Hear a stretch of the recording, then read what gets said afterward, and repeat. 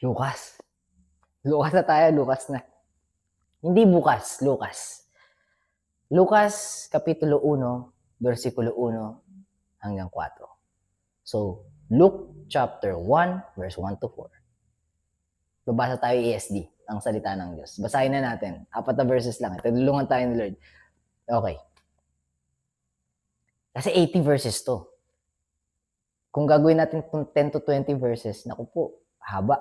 Pero okay lang naman. Kung talaga yung maganda pagkakahati. Pero ito, maganda pagkakahati to. Kasi may title per title. So, yung title natin, Pasimula. Tapos yung verse 5 onwards, ipinahayag ang kapanganakan ni Juan na tagapagbautismo. So, tama yung hati nito. So, verse 1 to 4 muna tayo ngayon. Alright. Verse 1. Kagalang-galang na Teofilo. Alright. So, si Luke sumusulat kay Teofilo. Marami na ang nagsikap na sumulat tungkol sa mga pangyayaring natupad sa kalagitnaan natin. I'm gonna read it back because I'm coughing. Medyo matagal na rin itong cough na to. Kasi wala lumalabas eh. Alright. Ulitin ko lang po verse 1.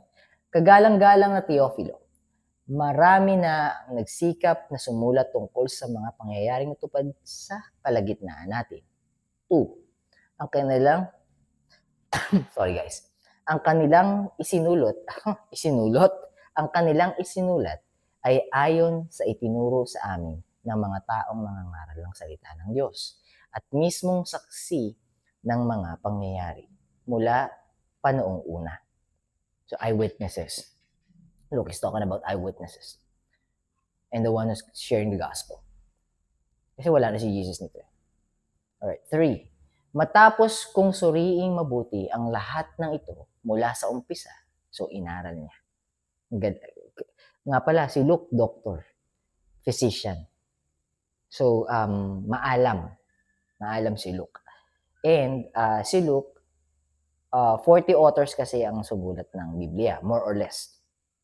So, let's say 40.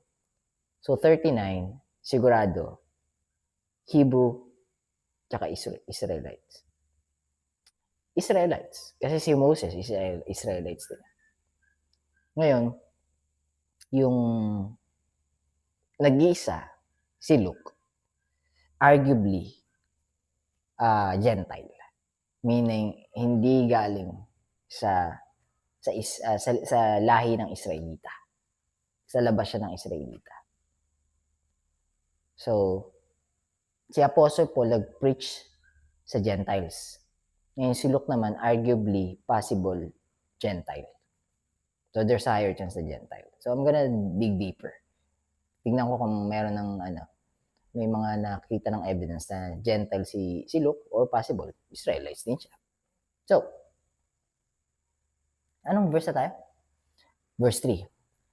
Matapos kong suriing mabuti ang lahat ng ito mula sa umpisa, minabuti kong sumulat din ng isang maayos na salaysay para sa iyo.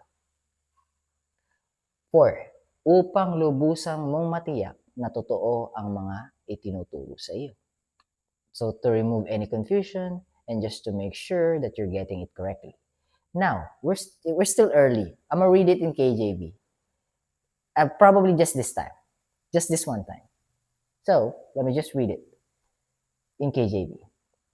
Verse 1. For as much as many have taken in hand to set forth in order a declaration of those things which are most surely believed among us, even as they delivered them unto us, which from the beginning were eyewitnesses and ministers of the word of God. 3. It seemed good to me also, having had perfect understanding of all things from the very first. So meaning, parang parang investigador pa si Luke. Talagang niya. Dig deeper siya.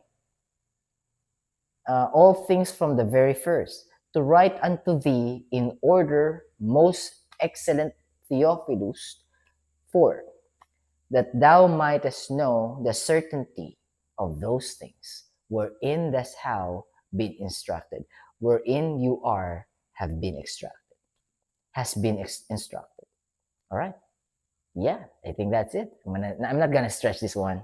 I'm gonna keep it this way. So, tutuloy po natin yan Lunes na. So, nandito pa lang naman tayo. Patikim ni Luke. Pasimula. Ayun o, title. Pasimula. Pasimula ni Luke. So, after this, Bible study, and then I'm done. I'm gonna sleep after. I-alarm ko na lang dalawang cellphone just to make sure that I'll be waking up at 3:30 or 3 a.m. kasi maliligo pa eh. So, God bless you guys. Keep safe. I'll be seeing you tomorrow. Bye for now. This is going to be uploaded on Sunday. So, before I let you go, have a blessed Sunday. Keep safe, God bless, and enjoy your day. Bye.